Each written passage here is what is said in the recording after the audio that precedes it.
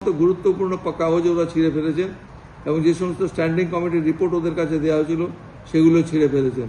এবং এই যে আমাদের সরকারি সম্পত্তি নষ্ট করা, এটা তো নষ্ট করারই সামিল, এবং সেই যাতে নষ্ট না করতে পারে সেই জন্য আমি বলেছি এরপরে ওদের কোনো সরকারি কাগজ দেওয়া হবে না।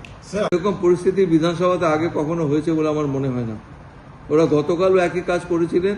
আমি ভেবেছিলাম যে হয়তো আজকে ওরা রেস্টুরেন্ট হবেন, কিন্তু আমি দেখলাম যে প্রবল উৎসাহে তারা কাগজগুলো শুধু ছিটছেন না, এমনভাবে অঙ্গিভঙ্গি করছেন অত্যন্ত দৃষ্টিকটু। বিধানসভার শৃঙ্খলা রক্ষা করার দায়িত্ব সবার, আমার একার না, সবাইকে রাখতে হবে, সবাইকে বুঝতে হবে বিধানসভার মর্যাদাটা কি। বিলের কপি দেবো না, বিলের কপি দরকার হলে ওপর থেকে নিয়ে যাবে।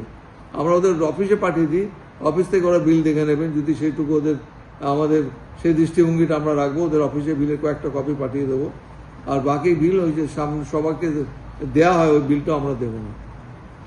I am on my legs, তাও তারা বসছেন না। এবং আমি দেখলাম যেভাবে নৃশংসভাবে, নৃশংস শব্দটা আমি বলছি, ওরা আমাদের সরকারি কাগজগুলো ছিঁড়ছিল, আমার খুব কষ্ট হচ্ছিল। সেই জন্য আমি বাধ্য হয়ে সিদ্ধান্ত নিয়েছি আগামীকাল থেকে বা হেন্স আফটার কোনো সরকারি কাগজ ওদের দেওয়া হবে না। ওরা অন্য যেখান থেকে পারবেন ওরা সেখান থেকে জানবেন। বিশেষ করে বুলেটিন অত্যন্ত গুরুত্বপূর্ণ একটা আমাদের কাগজ।